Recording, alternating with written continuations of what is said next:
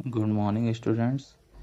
आज काफ़ी दिनों बाद अप्लाइड मैकेनिक्स की क्लास होने जा रही है। यह मेरी लाइव क्लास का पहला वीडियो है, तो हम लोग स्टार्ट करते हैं। आज हम लोग अप्लाइड मैकेनिक्स का चैप्टर नंबर 3 मोमेंट स्टार्ट करेंगे। यह चैप्टर आपके सेकेंड ईयर और थर्ड ईयर के पर्पस से भी काफ़ी ज़्यादा इम्पोर्टेंट है। तो हम लोग सबसे पहले बात करेंगे कि अगर किसी बॉडी पर फोर्स लगाया जाता है तो बॉडी में कौन कौन से टाइप के मोशन होते हैं। अगर किसी बॉडी पर फोर्स लगाया जाता है तो बॉडी में बेसिकली दो टाइप के मोशन होते हैं। एक तो आपका ट्रांसलेटरी मोशन और दूसरा रोटरी मोशन। यदि बॉडी के सभी पार्टिकल या उसको हम पॉइंट भी मान सकते हैं, अगर वो गति करने के लिए या मोशन करने के लिए इंडिपेंडेंट होते हैं या स्वतंत्र होते हैं, तो बॉडी में जब फोर्स लगाया जाता है तो बॉडी एक पॉइंट से दूसरे पॉइंट तक डिस्प्लेस हो जाती है, जिसे हम ट्रांसलेटरी मोशन कहते हैं। और यदि बॉडी का कोई पॉइंट फिक्स है तो फोर्स बॉडी को उस फिक्स पॉइंट के चारों तरफ घुमाने का प्रयास करता है। इसी प्रकार यदि किसी बॉडी में दो पॉइंट फिक्स है तो फोर्स बॉडी को उन दोनों पॉइंट को मिलाने वाली रेखा या अक्ष के परितः बॉडी को घुमाने का प्रयास करता है।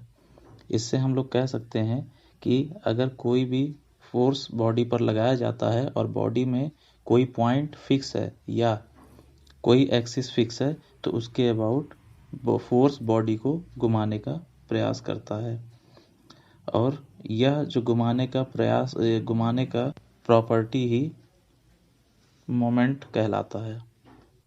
सो हम लोग कह सकते हैं कि फोर्स द्वारा किसी बॉडी को घुमाने की जो टेंडेंसी है उसे ही मोमेंट ऑफ फोर्स या बल आघूर्ण कहते हैं। इसे हिंदी में घूर्ण भी कह सकते हैं। तो हम लोग यहाँ पर देखेंगे, जैसे मान लीजिए यहाँ पर एक कोई बॉडी है, उस बॉडी में एक पॉइंट O है जो कि फिक्स है। अब इस बॉडी के किसी दूसरे पॉइंट पर फोर्स F लगाया जाता है, तो इस फोर्स F के कारण बॉडी रोटेट करेगी इस फिक्स पॉइंट O के अबाउट। इसे हम कैलकुलेट करने के लिए इसका क्या फार्मूला लगाते हैं, बल का आघूर्ण या फिर moment of force equal to क्या होता है, बल गुणे निश्चित बिंदु से बल की लंबवत दूरी। निश्चित बिंदु से बल की लंबवत दूरी का मतलब क्या है कि जो आपका फिक्स पॉइंट है वहां से लेकर के जो फोर्स का लाइन ऑफ एक्शन है वहां के बीच की डिस्टेंस।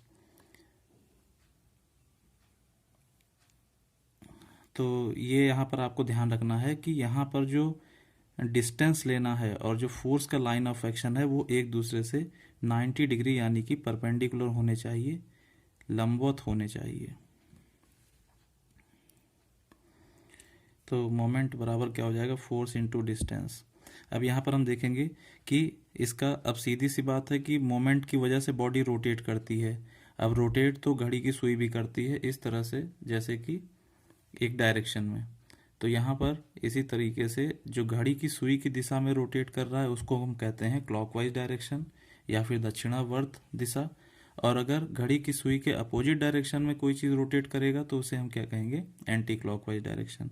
तो यहाँ पर हम इसको समझते हैं कि कैसे क्लॉकवाइज डायरेक्शन और एंटी क्लॉकवाइज डायरेक्शन यहाँ पर लेना है।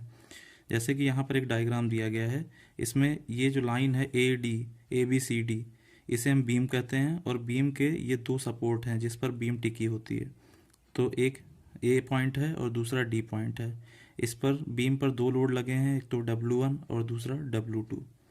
अब अगर पॉइंट A फिक्स है और W1 फोर्स लगता है तो इस W1 के फोर्स के कारण बॉडी इस तरह से घूमेगी। इसे हम क्या कहेंगे, क्लॉकवाइज डायरेक्शन, क्योंकि घड़ी की सुई भी इस तरह से चलती है। जैसे मान लीजिए अगर यहाँ पे 3 है तो यहाँ पे 4 हो जाएगा, 5 हो जाएगा, 6 हो जाएगा। इस तरह से मतलब घड़ी की सुई की डायरेक्शन में बॉडी हमारा रोटेट कर रहा है, तो इसे हम क्या कहेंगे, क्लॉकवाइज डायरेक्शन। और क्लॉकवाइज डायरेक्शन को हम लोग हमेशा क्या लेंगे, पॉजिटिव लेंगे। इसी तरीके से बात करते हैं W2 की।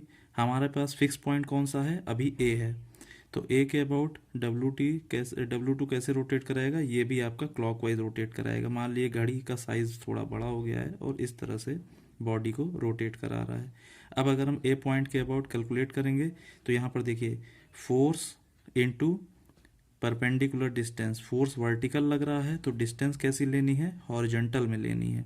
तो हॉरिजॉन्टल डिस्टेंस कहाँ तक लेनी है, जो फिक्स्ड पॉइंट है वहाँ तक लेनी है। तो यहाँ पर W1 किस पॉइंट पर लग रहा है, B पॉइंट पर लग रहा है, और फिक्स्ड पॉइंट कौन सा है, A। तो W1 की दूरी कहाँ तक हो जाएगी, A पॉइंट तक की दूरी, फिक्स्ड पॉइंट तक की दूरी, क्योंकि A क्या है, फिक्स्ड पॉइंट है। तो यहाँ से अगर हम A पॉइंट के अबाउट मोमेंट कैलकुलेट करेंगे तो W1 इंटू AB। इससे एक बात और समझ में आ रही है कि यहाँ पर जो मोमेंट के साथ में पॉइंट लिखा रहता है उसी को हम क्या मानते हैं, फिक्स्ड पॉइंट मानते हैं। तो उसी पॉइंट तक हमें सारे फोर्स की डिस्टेंस लेनी है, जो भी फोर्स लग रहे हैं। यहाँ पर दो फोर्स लग रहे हैं, W1 और W2। तो इन दोनों फोर्स की डिस्टेंस हम कहाँ तक लेंगे, जो यहाँ पर फिक्स्ड पॉइंट है वहाँ तक लेंगे। जैसे हमने W1 की दूरी B से कहाँ तक लिया, जो फिक्स्ड पॉइंट A तक, तो कितना हो जाएगा, AB। इसी तरह जब फोर्स W2 लग रहा है तो इसकी दूरी कहाँ तक लेंगे, A पॉइंट तक, जो फिक्स्ड पॉइंट है, तो क्या हो जाएगा, AC।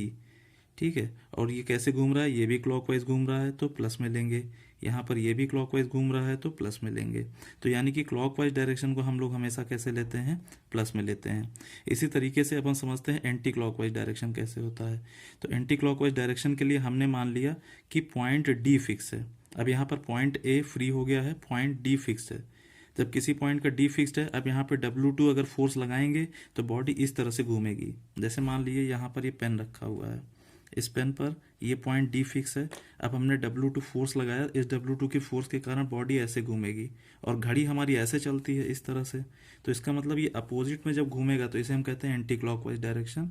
और ऐसे केस में हम जो मोमेंट लेते हैं वो नेगेटिव लेते हैं। इसी तरह से अगर हम बात करें W1 फोर्स की, तो W1 फोर्स भी जब लगाएगा तो बॉडी कैसे घूमेगी, एंटी क्लॉकवाइज डायरेक्शन। यहाँ पर देखिए D पॉइंट फिक्स है तो D पॉइंट अपनी जगह से नहीं मोशन कर रहा है, लेकिन बाकी जितने भी पॉइंट्स हैं यहाँ पर वो सब कैसे घूमेंगे, एंटी क्लॉकवाइज डायरेक्शन। और एंटी क्लॉकवाइज डायरेक्शन में अगर बॉडी रोटेट करती है तो उसे हम माइनस में लेते हैं। तो जैसे हमने फोर्स लिखा तो पहले हमने W1 का लिखा, तो W1 यहाँ पर अगर D पॉइंट फिक्स है तो W1 कैसे घुमाएगा, एंटी क्लॉकवाइज डायरेक्शन में घुमाएगा। यहाँ पर देखिए मैंने बोला है कि M के साथ जो पॉइंट लिखा रहेगा वो फिक्स रहेगा। तो यहाँ पर M के साथ D लिखा है तो यहाँ पर D फिक्स है। अब जब D पॉइंट फिक्स है, यहाँ पर W1 फोर्स लगाया गया है तो बॉडी कैसे रोटेट कर रही है, एंटी क्लॉकवाइज डायरेक्शन में, इसीलिए हमने यहाँ पर माइनस लिया है। अब बात आती है डिस्टेंस की। तो डिस्टेंस कहाँ से कहाँ तक लेंगे, जिस पॉइंट पर फोर्स लग रहा है वहाँ से लेकर के जो फिक्स पॉइंट है। तो यानी B पर फोर्स लग रहा है तो इसकी डिस्टेंस कहाँ तक लेंगे, D पॉइंट तक, क्योंकि D पॉइंट यहाँ पर फिक्स है। तो यहाँ पर BD आ जाएगा। इसी तरह W2 फोर्स लग रहा है। अब W2 फोर्स लग रहा है किस पर, C पॉइंट पर, और हमें दूरी कहाँ तक लेनी है, जो फिक्स पॉइंट है D तक। तो C से लेकर के D तक की डिस्टेंस CD हो जाएगा। तो इस तरीके से हम लोग मोमेंट कैलकुलेट करते हैं और उसका प्लस माइनस साइन ध्यान रखते हैं। अब मैं इसके कुछ केसेस बताऊंगा, कुछ एग्जांपल्स बताऊंगा, जिससे आपको इससे समझने में ज़्यादा आसानी होगी। आप लोग एक नोट्स कॉपी बना लीजिए और उस नोट्स कॉपी में ये सारे नोट्स लिखते जाइए। साथ ही साथ हो सकता है मैं इसका PDF भी बना करके दे दूंगा, तो आप उससे भी इसको समझ सकते हैं। और उसके बाद जो मैं न्यूमेरिकल देता हूँ उसको आप लगाइए, और मैंने जो व्हाट्सएप ग्रुप बनाया है अप्लाइड मैकेनिक्स का, उस पर हम लोग इन सब चीज़ों को डिस्कस करेंगे। कहीं कोई डाउट होता है, कोई चीज़ नहीं समझ में आता है, तो वहाँ पर हम लोग इसका बात करेंगे। ठीक है, अब आगे हम लोग अगले वीडियो में देखेंगे कि इसके क्या क्या एग्जाम्पल्स हैं, जिससे हम इसको और आसानी से और अच्छे से समझ सकें, ताकि हम एप्लीकेशंस आएंगे जो बीम के न्यूमेरिकल पेपर में आते हैं उसको हम सॉल्व कर सकें, या फिर फ्रिक्शन चैप्टर में जो भी इसके क्वेश्चंस होंगे उसको हम सॉल्व कर पाएंगे। आगे आने वाले जितने चैप्टर्स हैं वहाँ पर मोमेंट का यूज़ होगा, तो इसलिए मोमेंट का बहुत ज़्यादा कॉन्सेप्ट इंपॉर्टेंट है।